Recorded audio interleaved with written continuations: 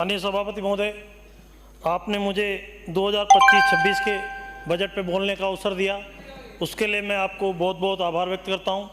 मैं राजस्थान के मुख्यमंत्री जी को और राजस्थान के वित्त मंत्री जी को हृदय के अंतःस्थल से धन्यवाद देना चाहूँगा कि गांव गरीब की सोच के और गांव के गरीब की पीड़ा क्या होती है, किसान की पीड़ा क्या होती है, नौजवान की पीड़ा क्या होती है, महिलाओं की पीड़ा क्या होती है, इन सब चीज़ों को ध्यान में रख के और मुख्यमंत्री जी ने 25-26 का बजट राजस्थान की जनता के हित में रखा और सभी वर्गों को साधने का काम किया है। मैं मुख्यमंत्री जी की टीम को, मैं मुख्यमंत्री जी के वित्त मंत्री जी दिया कुमारी जी को और राजस्थान की पूरी सरकार को धन्यवाद देता हूँ। माननीय सभापति महोदय, आज जिस तरह से हमें देखने को मिल रहा है 2-3 दिन से कि इसमें विधानसभा में गतिरोध है, ये पवित्र सदन है। इस पवित्र सदन में जनता हमको जिता के भेजती है। जनता के मन में ये सपना होता है कि हमारा विधायक जाके और हमारी बात सरकार में और सदन में रखेगा, लेकिन जिस तरह से जो अमर्यादित भाषा का काम में लेके और जिस तरह से राजस्थान में पूरे इस राजस्थान की जनता को जो जिस परिस्थितियां पैदा की है, ये एक सोचनीय है, ये विचारणीय है। सरकारें आती है, सरकारें जाती है, लेकिन मैं कहना चाहता हूं कि 1998 के अंदर कांग्रेस के एक सरकार बनी और सरकार में राजस्थान की जनता ने कांग्रेस को 156 सीटें दी और एक नया व्यक्ति जिसको नहीं जानते थे, कम से कम 8-10 बड़े नेताओं को सुपरसीड करके और राजस्थान का मुख्यमंत्री बनाया। राजस्थान के मुख्यमंत्री जी ने उस समय राजस्थान विद्युत वितरण, राजस्थान RSCB था, राजस्थान इलेक्ट्रिसिटी बोर्ड, और उस समय इलेक्ट्रिसिटी बोर्ड को हटा के 5 कंपनियां बनाई और 5 कंपनियां जीरो से शुरू करी। जब 2003 में वसुंधरा जी की सरकार आई तो बिजली पे 80,000 करोड़ का कर्जा था और भारत उदय के अंदर राजस्थान की मुख्यमंत्री वसुंधरा जी ने वो कर्जा वहन किया और 2008 में बिल्कुल न्यूनतम परिस्थितियों में लाए और 8 से 13 के अंदर जब वापस सरकार कांग्रेस की थी तो वो कर्जा 80,000 करोड़ रुपए हो गया और आज आप देख रहे हैं कि बिजली में क्या हुआ। निश्चित रूप से 2003 के 1998 के बाद कांग्रेस इस राजस्थान प्रदेश में 100 सीटें नहीं क्रॉस कर पाई और पिछली सरकार चाहे 18 से 23 की सरकार की चर्चा करें तो ये सरकार कैसी सरकार थी, इससे राजस्थान का आमजन अहित था। कोरोना के अंदर कांग्रेस के शासन में कोविड में कितनी लूट मची और कोविड के अंदर राजस्थान के अधिकारियों ने और राजस्थान के चिकित्सा मंत्री ने जो हाहाकार मचाई और जिस तरह की 18 से 13 की जनता से कोई छुपी हुई नहीं है, जनता सब जानती है, चाहे वो नौजवान हो, महिलाओं को भट्टी में जिंदा जला के मार दिया गया और महिलाओं के साथ कितना अत्याचार हुआ। और जब 2023 आया, कांग्रेस के पूर्व मुख्यमंत्री ने सोचा कि अब जनता में किस मुंह से जाएंगे, क्या करेंगे। राजस्थान के मुख्यमंत्री जी ने अपने विधायकों को बुला के कहा कि क्या किया जाए। 18 जिले राजस्थान में एक साथ बनाने का काम किया और बड़ी वाहवाही लूटने की बात करने लगे। मैं कहना चाहता हूं, मैं जिस विधानसभा क्षेत्र से आता हूं उस विधानसभा क्षेत्र के मात्र 8 किलोमीटर 13 किलोमीटर के बाद देवली टोंक जिले में है, उसके 8 पंचायतें जो डूब क्षेत्र में है उसको भी केकड़ी जिले में शामिल नहीं किया गया। शाहपुरा के एक नेता को खुश करना है, शाहपुरा जिला बना, केकड़ी का जिला बना दो कि ये जो केकड़ी के बड़े नेता हैं जो किस तरह से जीत के आए। मालपुरा में भी एक राजनीति में एक नेता को जिंदा करना था तो मालपुरा भी घोषित कर दिया गया, दूधू भी घोषित कर दिया गया। माननीय अध्यक्ष महोदय, माननीय सभापति महोदय, मैं आपके माध्यम से निवेदन करना चाहता हूं कि उनको लगता कि 18 कम पड़ रहे हैं, हम सरकार में कैसे आएंगे, तो 200 जिले बना सकते थे और 200 जिले बनाते तो भी शायद सरकार उनकी नहीं बनती। माननीय सभापति महोदय, मैं आपको निवेदन करूं कि कांग्रेस के लोग आज मर्यादा की बात करते हैं, नियमों की बात करते हैं। मालपुरा से जिसको कांग्रेस ने टिकट दिया वो आज 5 दिन से जेल की सलाखों के पीछे है। 700 करोड़ रुपए की GST चोरी में बंद है और उसको टिकट किसने दिया, ये डोटासरा साहब बताए, वो अध्यक्ष है कांग्रेस के, कि उसको टिकट किसने दिया था, क्या परिस्थितियां थी, वो नेता भी नहीं था। यह आत्मचिंतन कांग्रेस को करना चाहिए कि कांग्रेस कहां खड़ी है। 1998 के बाद 100 सीटें क्रॉस नहीं कर पाए इस राजस्थान की जनता को। माननीय अध्यक्ष सभापति महोदय, मैं निवेदन करूं, आज सड़कों के माध्यम से हमारी उप मुख्यमंत्री जो PWD की मिनिस्टर है, क्या किस तरह के काम, चाहे हमने नो ग्रीन फील्ड एक्सप्रेसवे पिछले बजट में लिए हों, मेरे केकड़ी देवली नसीराबाद रोजाना घटनाएं घटती है और जिले मात्र जिले बनाने के लिए 2 लाख रुपए नहीं दिए और कलेक्टर SP बैठा दिया। राजस्थान की जनता से अशोक गहलोत जी को, पूरी टीम को माफी मांगनी चाहिए। माननीय सभापति महोदय, पिछले पिछली सरकार ने 23-24 के जो पिछली सरकार थी, आखिरी बजट में 7,000 करोड़ की स्वीकृति थी और उसके अगेंस्ट 17,000 करोड़ की स्वीकृति निकाल दी गई। जब चुनाव चल रहे थे, आचार संहिता चल रही थी, जब भी अधिकारी स्वीकृतियां निकाल के और नेताओं को जिताने में लग रहे थे, निश्चित रूप से माननीय सभापति महोदय, आज मैं निवेदन करूंगा कि ये बार बार बोलते हैं पर्ची सरकार। मैं कहता हूं कि ये पर्ची सरकार का मुख्यमंत्री एक भारतीय जनता पार्टी का बूथ अध्यक्ष से लेके और राष्ट्रीय अध्यक्ष तक किसी ने चू नहीं बोला कि ये पर्ची सरकार का मुख्यमंत्री है। ये गरीब का बेटा है, ये किसान का बेटा है, ये सबके हित को साधते हैं। रात को 2 बजे मुख्यमंत्री जी हर विधायक से, चाहे वो किसी भी पार्टी का हो, उसके काम के लिए संवेदनशील है। और ये बोलते हुए इनको ये नहीं दिखता कि 8 दिन तक जयपुर दिल्ली, एक नेता आ रहा है, एक नेता जा रहे हैं, फिर वोट पड़ रहे हैं कि वोट पड़ेंगे और फिर कहते हैं अपने उप मुख्यमंत्री को नीच, नालायक। और किस तरह की भाषा काम में ली गई, अमर्यादित भाषाएं, निश्चित रूप से ये राजस्थान की जनता सब चीज जानती है। माननीय सभापति महोदय, मैं आपके माध्यम से कहना चाहता हूं, जयपुर विकास प्राधिकरण 2018 से 2023 तक लूट का अड्डा बना हुआ था। मैं निश्चित रूप से कह सकता हूं कि चाकसू में 20 लाख रुपए बीघा की जमीन समर्पण करके और यहां जयपुर में रिंग रोड पे 35,000 रुपए गज की जमीनें दी गई। आप जांच करा लीजिए। मैं सरकार से निवेदन करना चाहता हूं कि इसकी जांच करा लीजिए। 10,000 करोड़ का घोटाला ये पिछली सरकार के 5 साल के कार्यकाल में था कि जो चाकसू में 20,000 क्या जरूरत थी जमीन समर्पण करवाने की और क्या ऐसी आवश्यकता थी। तो निश्चित रूप से आप आत्मचिंतन करिए। आज विपक्ष के लोगों को मैं कहना चाहता हूं कि आत्मचिंतन करिए कि क्यों हमारी ऐसी स्थिति हुई। राज देखा है, विपक्ष देखा नहीं। आज अभी भी आप कह रहे थे दिल्ली में 2014 से लेके टिल टुडे 3 चुनाव हो गए। 12 का विधानसभा हुआ, 13 का विधानसभा हुआ राजस्थान के साथ, 14 का लोकसभा हुआ, 19-20 का विधानसभा, 19 का लोकसभा। आप 0 हो। इस बात पे आकलन करना चाहिए। आप भारत के अंदर 100 सीटें क्रॉस नहीं कर पाए 10 साल से। माननीय सभापति महोदय, हमारे मुख्यमंत्री जी जो सरकार में बजट दिया है, जो सोच है काम करने की, किसान हो, आमजन हो, नौजवान हो, सबके लिए काम करते। जेजेएम की बात करें तो हमारे मंत्री कन्हैयालाल जी पूरे राजस्थान में घूम घूम के हर विधानसभा क्षेत्र में आकलन करके कि किस तरह से हम पानी की व्यवस्था कर सकते हैं। आने वाले समय में 20 साल की सोच लेके, चाहे अमृत योजना में हो, चाहे जेजेएम में हो, किस तरह से पैसा है। 10-5 साल तक पानी का बिल नहीं भेजा, पानी के बारे में कुछ नहीं किया और जेजेएम में जो घोटाले हुए। और मैं कहना चाहता हूं आपके माध्यम से माननीय सभापति महोदय राजस्थान की सरकार को कि जेजेएम के सारे घोटाले की जांच करके किस अधिकारी ने ये टेंडर स्वीकृत किए, उन अधिकारियों के खिलाफ सख्त से सख्त कार्रवाई होनी चाहिए। आज ईआरसीपी की जो राम सेतु का जो काम किया है, इस राजस्थान में हर तरह की परिस्थितियां हैं, ये राजस्थान आगे जा सकता है। इस सोच के साथ हम आए इस पवित्र सदन से कि हम आए नहीं आए, लेकिन जो हमें जनता ने दी है, जनता ने हमें जिता के भेजा है, तो हमारी उपस्थिति दर्ज होनी चाहिए समाज में और राजस्थान की जनता में। आज मुख्यमंत्री जी ने 4-5 बार मुख्यमंत्री बनते ही, सरकार बनते ही दिल्ली में प्रधानमंत्री जी नरेंद्र मोदी जी से बात करके और जो परिस्थितियां बन सकती थी, चाहे मध्य प्रदेश के मुख्यमंत्री जी से बात करके और एक टेबल पे बैठ के और 14 जिलों के लाखों हेक्टेयर भूमि को पीने की सिंचाई का पानी मिलेगा, ये सामान्य बात नहीं है। ये भागीरथ बाढ़ के आए हैं, ये सामान्य बात नहीं है। 4 साल तक आप कहते रहे कि दिल्ली जा रहे, गजेंद्र सिंह जी शेखावत जोधपुर के मंत्री हैं, ये नहीं हो रहा, वो नहीं हो रहा, लेकिन आपकी सोच पवित्र नहीं थी, आपकी सोच सकारात्मक नहीं थी, आपकी सोच में अच्छा राजस्थान के किसान का भला नहीं था।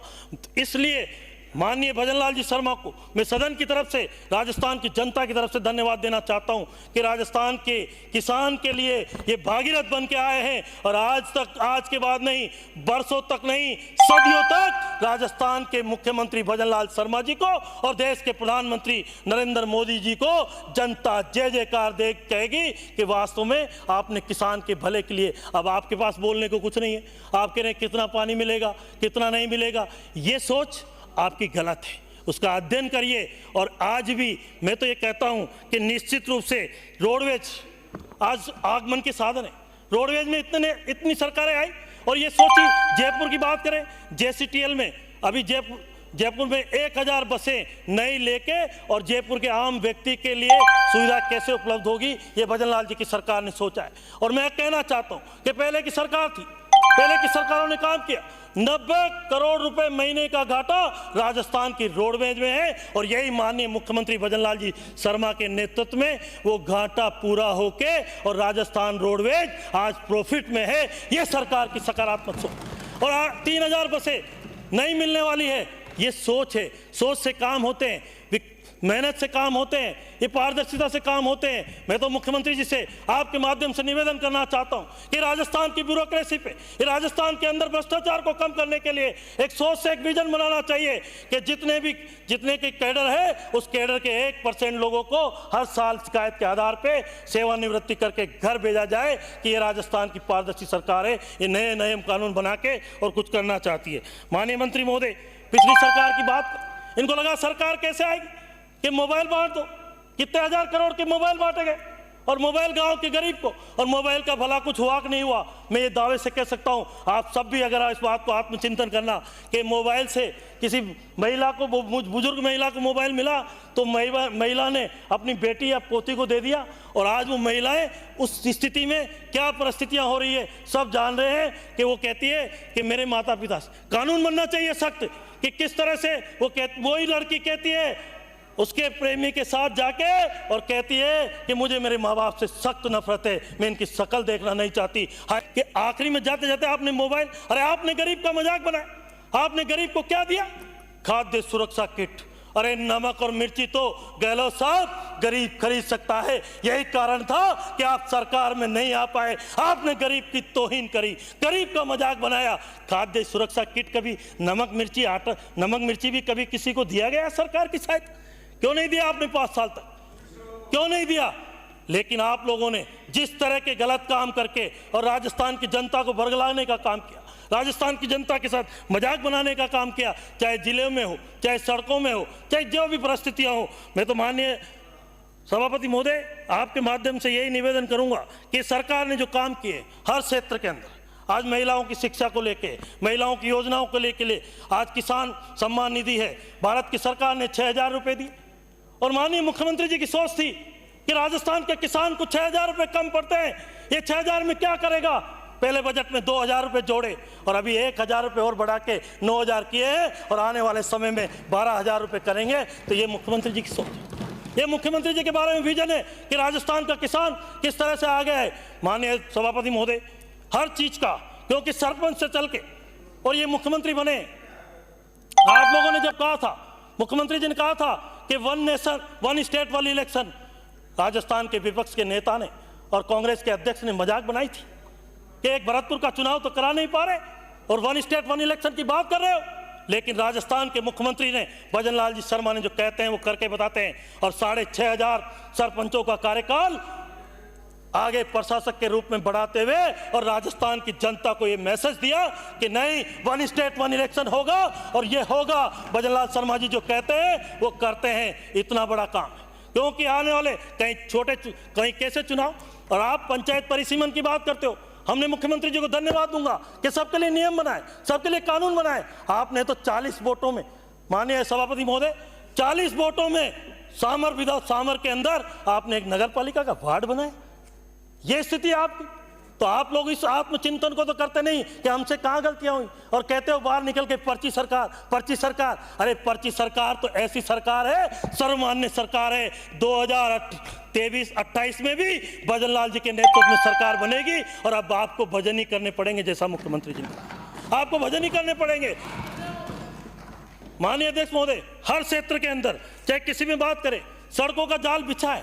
आज सड़कों के बारे में या गांवों के रिंग रोड के बारे में, अभी आपने 18 कस्बों के रिंग रोड लिए, पिछले बजट में 23-25 कस्बों के रिंग रोड लिए थे। ये सामान्य बात नहीं है, ये एक सकारात्मक सोच से राजस्थान को आगे बढ़ाने के लिए कि राजस्थान में क्या हो सकता है। नो ग्रीनफील्ड एक्सप्रेसवे, मैं माननीय मुख्यमंत्री जी से, सरकार से, माननीय सभापति महोदय से निवेदन करना चाहता हूँ कि निश्चित रूप से हम जिस विधानसभा से आते, मुख्यमंत्री जी जिस विधानसभा से आते, वैकल्पिक व्यवस्था सोचनी चाहिए। हम सबको मिलकर विकल्प सोचना चाहिए कि इसका, आज जयपुर अजमेर हाईवे, जयपुर भिलवाड़ा हाईवे, इस पर कितना ट्रैफिक है। पहले ये 4 लेन था, अब 8 लेन बना, अब 10 लेन की बात कर रहे हैं, फिर 16 लेन की बात करेंगे। मैं कहता हूं इसका विकल्प होना चाहिए, इसका सब्स्टिट्यूट होना चाहिए कि किधर से जा सकते हैं। माननीय सभापति महोदय, मैं सरकार से आपके माध्यम से निवेदन करना चाहता हूं कि राजस्थान के मुख्यमंत्री भजनलाल शर्मा जी सांगानेर से विधायक है, और ये सड़क सांगानेर से शुरू होके उसके आगे चाकसू से हमारे रामूतार जी विधायक है, उसके पहले कैलाश जी बगरू से विधायक है, उसके आगे प्रेमचंद जी उप मुख्यमंत्री है सरकार में फागी से, उसके आगे कन्हैयालाल जी हैं मालपुरा से विधायक, उसके आगे केकड़ी से मैं विधायक हूँ, उसके आगे शाहपुरा से लालाराम जी विधायक हैं, उसके आगे मांडल से उदयलाल जी भड़ाना विधायक हैं। ये सड़क चल रही है, लेकिन रोजाना 4 से 5 आदमी दुर्घटनाओं में, एक्सीडेंट में खत्म होते हैं। माननीय सभापति महोदय, मैं आपके माध्यम से निवेदन करना चाहता हूं कि जो एग्जिस्टिंग रोड है, ये रोड 4 लेन होना चाहिए। आप इसको 4 लेन होगा तो ये इस रोड पे दुर्घटनाओं में कमी आएगी, इस रोड पे ट्रैफिक कम होगा, कि इस तरफ से भीलवाड़ा 40 किलोमीटर कम पड़ता है। ये सकारात्मक सोच होनी चाहिए। आपने ग्रीनफील्ड एक्सप्रेसवे दिया है, मेरे विधानसभा क्षेत्र से 2 ग्रीनफील्ड एक्सप्रेसवे, ब्यावर से भरतपुर और जयपुर से भीलवाड़ा है 191 किलोमीटर, लेकिन ये एग्जिस्टिंग रोड और टोल रोड है। आरएसआरटीसी बना सकती है, आरएसआरटीसी इस रोड को कर सकती है, 40-40, 50-50 किलोमीटर के करें, तो ये सोच हमारी होनी चाहिए। आज आप लोगों को मैं निवेदन करना चाहता हूँ कि भ्रष्टाचार की बात करने वाले कांग्रेस के लोगों को कहना चाहता हूँ, इस अधिकारियों को कहना चाहता हूँ, 2008 से 2013 में सरकार थी, मेरे केकड़ी विधानसभा क्षेत्र में एक अजगरा गांव में 200-400 बीघा जमीन बिना सोचे समय चरागाह की जमीन को दे दिया गया कि बिसलपुर विस्थापितों को लिए आवंटन की गई। बिसलपुर विस्थापितों को आवंटन नहीं किया गया, उनको बेचारों से खरीद ली गई 1.5 लाख रुपए बीघा में, और कलेक्टर ने उस समय तत्कालीन कलेक्टर ने बिना सेट अपार्ट करे, बिना चरागाह की क्षतिपूर्ति करे उस जमीन को आवंटन कर दिया। आज 400 करोड़ रुपए का बड़ा घोटाला है। माननीय सभापति महोदय, मैं आपके माध्यम से कहना चाहता हूं कि निश्चित रूप से उसकी जांच कराई जाए और उस आवंटन को निरस्त किया जाए। पिछली सरकार में जब मैं विधायक था वसुंधरा जी की सरकार में, हमने वसुंधरा जी से कह के और 200 बीघा वापस चरागाह के नाम चढ़वाई, और अभी पिछली सरकार जो थी आपकी, आपने उनको शिकायतों को सारहीन करते हुए वापस जमीन संभलाने की बात करी। ऐसी मजबूरी क्या है? ऐसी क्या मजबूरी है कि आप क्यों होते हो? निश्चित रूप से मैं कहता हूं कि हर चीज का जवाब मांगती है जनता। सरकारें आती है, सरकारें जाती है, लेकिन हम लोगों को ऐसा काम करने चाहिए, सकारात्मक काम करने चाहिए। गांव में चरागाह बचे नहीं, गांव के चरागाह की स्थिति क्या है, सिवाय चक की स्थिति क्या है, कहां से लाएंगे, क्या करेंगे? आज मैं कहना चाहता हूं, आप लोग आज विपक्ष में बैठे हो, आपने गाय की चिंता नहीं करी। मैं सरकार को, सदन को भी निवेदन करना चाहता हूं कि गाय के बारे में इस तरह की पॉलिसी बने कि गौशालाओं को ज़्यादा से ज़्यादा अनुदान। अभी आने वाला है जुलाई अगस्त का महीना, और जुलाई अगस्त के महीने में एक्सीडेंट में, दुर्घटनाओं में लोग मरते हैं, कारण कि गाय माता सड़क पे बैठी रहती, एक्सीडेंट होते हैं, और व्यक्ति भी जिम्मेदार है कि इसके लिए टैग करना जरूरी है। जिस तरह से हम भैंस के ऊपर कान पे टैग करते हैं, वैसे हर किसान को ऐसा कानून बना के, और यह पशुपालन विभाग इस तरह का काम करे कि निश्चित रूप से कोई भी पशु को दूध निकाल के बाहर नहीं छोड़े। आज गाय की स्थिति चिंतनीय है, और गाय को हमें बचाना है तो हर 3-4 पंचायतों की बना के एक गौशाला बनाए, और हम चरागाह पे और सिवाय तक जमीन पे, माननीय राजस्व मंत्री भी यहाँ बैठे, मैं सभापति महोदय आपके माध्यम से कहना चाहता हूँ कि सिवाय तक जमीनें एक अभियान के रूप में, ये चरागाह जमीनें एक अभियान के रूप में, क्योंकि गांव में 4 से 5 लोग जो बड़े व्यक्ति होते हैं वही चरागाह और सिवाय तक पे कब्जा करते हैं। इसमें सरकार को एक ऐसी पॉलिसी बनानी चाहिए कि लोग उसके लिए डरें, उनके मन में एक भय हो कि नहीं ये गलत है, ये चरागाह भूमि में हाथ नहीं लगा सकता। कि आज किसान के बारे में, किसान कहाँ जाए? हर गाँव में 100 से 200 बीघा पे, जिनको हम कहते हैं कि गाँव के जो प्रभावशाली लोग हैं वो उस पर कब्जा करके बैठे हैं, तो इस पर एक योजना बननी चाहिए।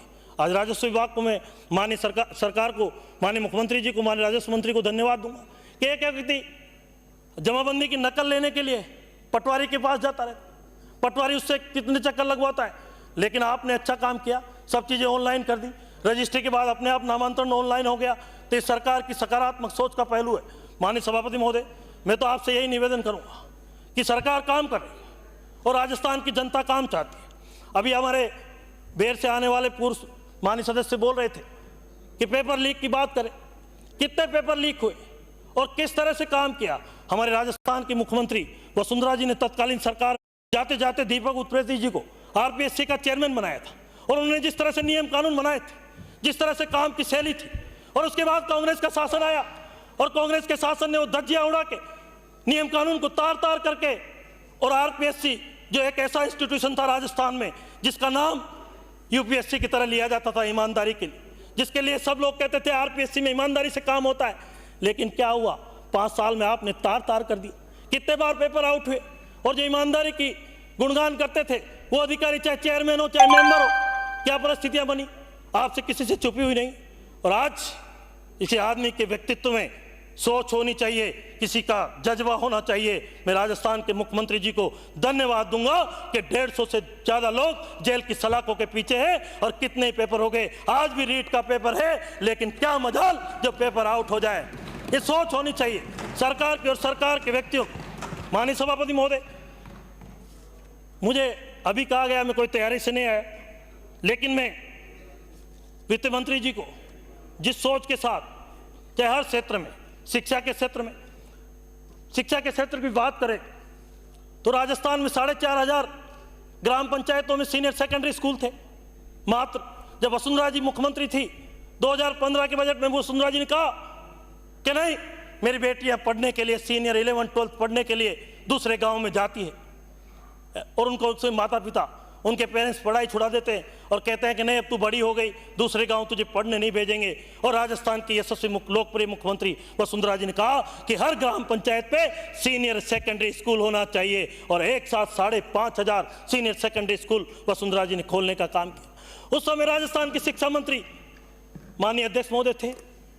हम सब अध्यक्ष महोदय के पास जाते थे, लेकिन एक 3rd ग्रेड का मास्टर जो सरकार बदलने की बात करता था, गांव के नुक्कड़ पे बैठ के कहता था कि आपके इसको हरा देंगे, आपको इसको जिता देंगे, लेकिन पता चलता कि 3rd ग्रेड का मास्टर BA भी है, MA भी है, BEd भी कर रखा है।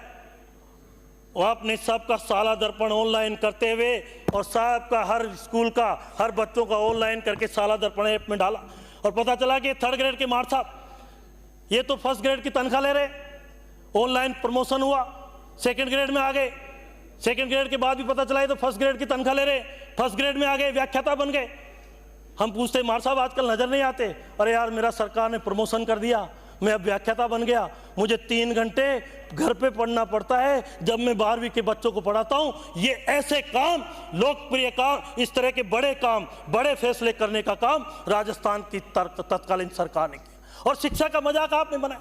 मेरे गांव में, मेरे केकड़ी विधानसभा क्षेत्र में, माननीय सभापति महोदय, काचरिया गांव जिसमें 2 कमरे हैं स्कूल के अंदर और 3 मास्टर हैं, और जाते जाते तत्कालीन सरकार ने 12वीं कर दी।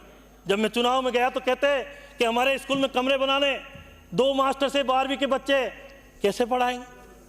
आप इस तरह के काम तो नहीं करें, इस तरह के निर्णय तो नहीं करें कि जिस निर्णय से जनता को दर्द हो, जनता को दुख हो। शिक्षा के क्षेत्र में मैं सरकार से कहना चाहता हूं कि PWD को तो मत देखो, इरिगेशन को मत देखो, लेकिन शिक्षा को देखने की जरूरत है। यह आने वाला भविष्य है, यह आने वाला कल है, इस पे चिंतन करना चाहिए। हम सबको मिलकर एक प्रभावी कानून बनाना चाहिए कि नहीं, बच्चों के लिए कि आने वाला भविष्य हमारा सुरक्षित हो, हमारे आने वाला हमारे बच्चे अच्छे हो। तो निश्चित रूप से महिला शिक्षा पे जो सरकार ने बढ़ावा दिया, बेटियों के लिए निश्चित रूप से आज भी मैं कह सकता हूं, मेरे केकड़ी विधानसभा क्षेत्र में, केकड़ी कस्बे में ऐसा सीनियर सेकेंडरी स्कूल है जिसमें 2400 बच्चियां एक साथ पढ़ती है, 2400 बच्चियां। और जब छुट्टी होती है तो मुझे थाने का जाब्ता लगाना पड़ता है। सामने बॉयज स्कूल है, उसमें भी 2500 से ज्यादा बच्चे पढ़ते हैं। तो निश्चित रूप से सकारात्मक सोच होनी चाहिए। ऐसा नहीं कि हम सरकार में आ गए, हम 5 साल के लिए आ गए, हम 3 साल काम नहीं करें, हम 4 साल सुध नहीं ले जनता के, गांव गरीब की सुध नहीं ले। आपने मजाक बना दिया कोरोना के अंदर। आपकी स्थिति क्या थी, कोविड में क्या किया, आप देखते रहे पूरे राजस्थान में। और आज भी मैं कह सकता हूं दाव से, माननीय मुख्यमंत्री जी से और राजस्थान की सरकार से कि कोरोना में जो ऑक्सीजन प्लांट आनंद फानंद में डाले गए थे, आज वो कितने चालू है, कितने चालू नहीं है, ये जांच का विषय है कि क्या हो रहा है। सारे बंद पड़े। तो निश्चित रूप से माननीय सभापति महोदय कि सरकार की सोच सकारात्मक होनी चाहिए कि कोई भी चीज हो, आप जाते जाते ये कर दो, वो कर दो, आपके निर्णय की समीक्षा होनी चाहिए कि आपने क्या किया। यही कारण था कि आज आपकी स्थिति क्या हो गई, आपने क्या किया, आप क्या कर सकते हो। मैं कह सकता हूं कि राजस्थान के मुख्यमंत्री जी की, चाहे वित्त विभाग की, चाहे किसी भी विभाग की सकारात्मक टीम जो काम कर रही है, वो निश्चित रूप से जिसकी जितनी तारीफ करूं उतनी कम है। ये सारे 115 विधायक और जो हमारे साथी विधायक हैं, ये सब जानते हैं। और राजस्थान के मुख्यमंत्री जी संवेदनशील है, किसान का बेटा है, सरपंच रहे।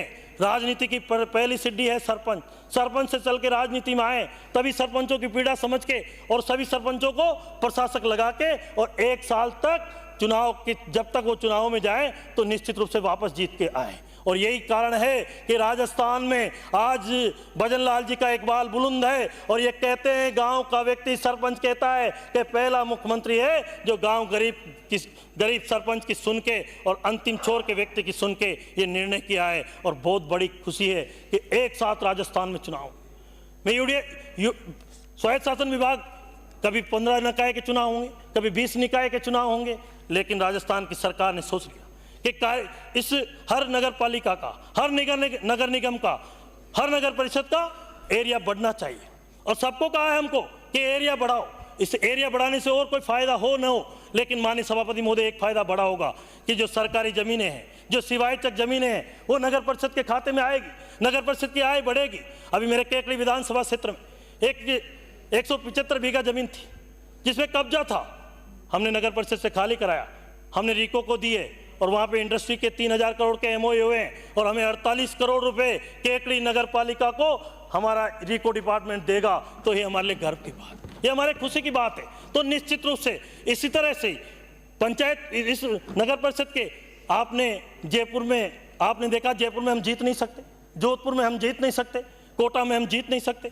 आपने कहा कि नहीं, एक नगर निगम की जगह 2 कर दो। अरे 4 कर दो ना यार, आप मुख्यमंत्री हो, 4 कर दो, क्या हो जाएगा। लेकिन आपको पता है, कोटा के, आप माननीय सभापति महोदय आप कोटा से आते, वहां प्रताप सिंह जी बैठे, कोटा में सरकार ने बड़े बड़े काम किए, चंबल रिवर फ्रंट बनाया, सबसे ज्यादा बजट दिया कोटा के लिए कि कोटा कोटा कोटा। और एक व्यक्ति ने एक प्रेस कॉन्फ्रेंस की, पूरी सरकार चली गई कोटा, मुख्यमंत्री चले, मुख्यमंत्री को एक प्रेस कॉन्फ्रेंस के बाद हवाई अड्डे के लिए रवाना होना था, आप रवाना नहीं हुए। आपने, किसी ने भी उस उद्घाटन पट्टिका के हाथ नहीं लगाई, सारी सरकार लौट गई, सारी सरकार वापस आ गई और वो रिवर फ्रंट ऐसे का ऐसे रह गए। फिर 3 दिन बाद तत्कालीन मंत्री जी की इज्जत बचाने के लिए मुख्यमंत्री जी गए और सीबी गार्डन में एक ट्रेन का उद्घाटन करके शायद आए हैं। ऐसा क्या हो गया? ये जांच का विषय है कि चंबल रिवर फ्रंट जो घड़ियाल सेंचुरी है उसकी एनओसी नहीं ली गई, उसकी अनापत्ति प्रमाण पत्र लिया ही नहीं आपने फॉरेस्ट डिपार्टमेंट से, भारत सरकार से, और आपने हजारों करोड़ के काम कर दिए एनजीटी से। कितना बड़ा था माननीय सभापति महोदय, कोटा में जब दूसरा ब्रिज बनना था, एनजीटी से एनओसी नहीं आई थी घड़ियाल सेंचुरी की, तो बाईपास की पुलिया बनने के लिए बरसों इंतजार करना पड़ा, 600 से ज्यादा लोग सड़क दुर्घटना में मरे होंगे। तो ये सामान्य बात है। आपने क्या नहीं किया, आप ये किस स्थिति में ले जाना चाहते। और आपने पट्टों की बात करते हैं कि हम प्रशासन शहरों के संग में वो लगाएंगे। माननीय सभापति महोदय, मैं ज्यादा नहीं निवेदन करूंगा, माननीय मंत्री महोदय बैठे, मैं इतना सा कहता हूं कि जयपुर पुलिस हेडक्वार्टर के सामने एक 2 बीघा जमीन का आबादी में पट्टा बन गया, आबादी में पट्टा बन गया। कितना बड़ा जांच का विषय, और कैसे हुआ, क्या नहीं हुआ, ये राजस्थान की जनता जानती है। ये दुर्भाग्यपूर्ण है। एक नियम कायदे बनाने पड़ते, एक क्राइटेरिया तय करे, लेकिन आपने सब कुछ कर दिया, क्या नहीं करना था जो भी कर दिया। और फिर कहते हैं कि पर्ची सरकार। अरे आत्मचिंतन करिए, ये राजस्थान के इतिहास की बात है, ये राजस्थान की विधानसभा है। माननीय सभापति महोदय, आज भी इस कुर्सी का सम्मान है, इस सभापति महोदय की कुर्सी का सम्मान है। आप इस तरह की अमर्यादित भाषा पहली बार हुआ होगा राजस्थान के लोकतंत्र के पवित्र इतिहास में कि लीडर ऑफ अपोजिशन राज्यपाल महोदय के अभिभाषण पे आपने भाषण नहीं दिया। कभी ऐसा राजस्थान के इतिहास में नहीं हुआ। और आपको राजस्थान की जनता ने चुन के सीएलपी लीडर बनाया है।